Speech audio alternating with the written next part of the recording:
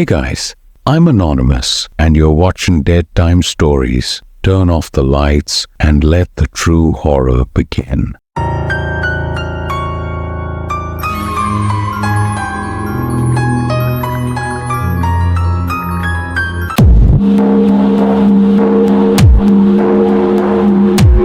It was a long time, but I finally managed to find 3 stories that occurred during school lockdowns. It was a usual boring day in calculus, except it was Friday 7th period, so the week was nearly over, and spring break would at last be here, so everyone was restless in their seats. I could tell we didn't have a test that day, like many of my friends did with their other teachers, so our teacher, in the middle of class, just suddenly decided to begin playing games with us on Spokal.com. He was a very relaxed teacher like that, as we were taking some brand logo quiz on Spol. I recall the very moment it occurred right after my friend had answered a question. I recall the very answer to Adidas. The voice of the dean came over the loudspeaker. He sounded frantic and panicked as he informed all the teachers. This was not a drill, and to go into lockdown, I really felt the chills, and I got goosebumps on my arms because our normally relaxed teacher too appeared panicky as he quickly rushed to switch off the lights and ushered us to the back of the room. We all remained quiet for approximately 2 minutes, and then the normal humming that came from a panel in the back of the room grabbed, indicating that the school must have shut down all the power. We all glanced at one another, realizing that this had to be something serious. A couple more minutes of waiting. Afterwards, we heard a man yelling at the top of his lungs, running down the hallway. 2 girls in class actually began to cry, which made the rest of us even more terrified as the yelling approached the classroom. The lunatic-sounding male began pounding on the lockers while yelling, "I'll kill all of you." It was at that moment I began to worry about my life. My teacher shushed us as all of us stared at each other to notice our peers' reaction. The banging then proceeded to move away from the lockers and towards our classroom door. And that is when one of the sobbing girls shrieked. No, the knocking on the door merely became worse, with the man initiating a scream. Open up 2 of the girls within the class were weeping aloud. Now, it was as if centuries went by that man was banging on the door. But eventually, he finally kept going down the hallway yelling, like a mentally ill person, until we could no longer hear him. I'd guess 10 minutes later, though it seemed like half an hour. With the circumstances, the dean returned on the loudspeaker, clarifying the situation, which was surprising for him to do. He clarified that some seemingly mentally unstable individual came into the building and attacked the woman who was sitting at the front desk, made her run from the building screaming, and staff didn't know if the man was carrying or not. Now, this was prior to the school having cameras or being able to pay for adequate security, so the school was completely open to something like this occurring. The staff had walked through every hallway and classroom and couldn't locate him. So the dean ordered the teachers to go back to teaching, but to have all the doors closed and not allow any students to leave for any reasons. The worst part, though, is that one of the janitors on the night shift discovered the man sleeping in one of the storage closets towards the back half of the school. And from what rumors were spread by my friends, poking out of his pocket was a .44 Magnum. The janitor must have done something silly to awaken him. For example, leaving the closet door open, because by the time a police officer could get on the scene, the man was gone. My whole class, as far as I know, to this day has no idea if this man was ever found.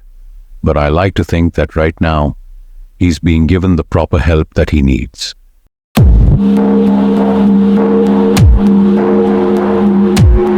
My school has two lunch periods.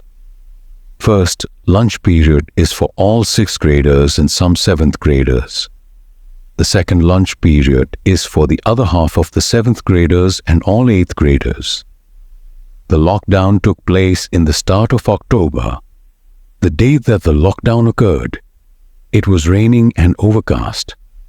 During the first lunch period, I heard 4 loud booms. I personally believed it was thunder, but the whole lunch crowd began screaming. I was thinking those kids were just serious.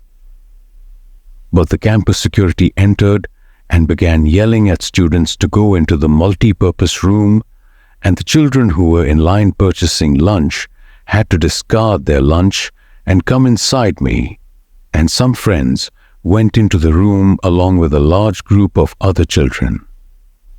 Everyone was wondering what was going on. Our multi-purpose room is enormous, and the back wall of the room is constructed of see-through glass. When me and my friends were hurried within the campus, security was shrouding the glass with the curtains, and there were adults at all exits. My friend Eric was also inquisitive, as well as the rest of us. So he asked one of the adults what was happening. When he returned, he said, "You know how right in front of TMS, there's those houses?" I said, "Yeah, there's this mentally disabled, crazy man that barricaded himself in front of his house, and he threatened to kill himself. And the police, if he got evicted, he was strutting around outside school, spying on kids in strange manner." Eric reported to us, it turned out the guy was a registered sex offender too. Making things worse, we were trapped in the multi-purpose room for an entire hour, occupying 2 periods after the whole incident was resolved. We were taken to our classrooms individually. I later learned that the guy lives beside my friend Brandy, who informed me of last Halloween when she saw the same guy at his window, cutting himself and writing in his own blood, "Don't come here or I'll kill you," on his window. Of course people like, it was just for the holiday. But after this awful event, we knew this guy was crazy, and we're glad he never got close.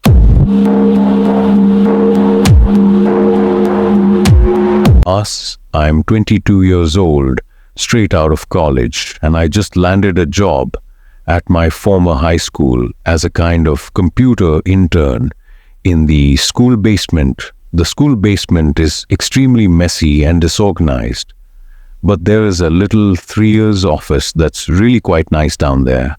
It has 3 nice big desks, 2 mini fridges, a flat screen TV mounted on the wall, and oh so satisfying, air conditioning, a luxury the students and instructors can't use at the school. And of course, every one of the school servers and other computery gadgets. I landed the job since 3 of my former computer instructors outright loved me. I could even count them as actual friends rather than teacher figures, so they all assisted greatly in getting me this job. It's been wonderful until something which occurred a few weeks ago. My 2 colleagues that shared the office with me, Dave and Gary, weren't there at the time. They were upstairs doing papers or something. I was having my sandwich during my lunch break when I received a call from one of the women working in the front office, informing me the school was on lockdown and that someone potentially armed had entered the school. There wasn't much that I could do other than turn off the lights, because as pleasant as this little office was, it did not have an actual door to it, but a big opening, and the door to the entire basement didn't even have a functioning lock for my own safety. I did switch off all the lights in the office, and my computer screen, I left my phone on the desk, texting both Gary and Dave, but they wouldn't answer. I sat down there in the dark, playing games on my phone for like 20 minutes, waiting for the call from up front to tell me to start working again. I had no idea what was going on upstairs from downstairs, but I was not permitted to make any calls until I was told that the lockdown was over.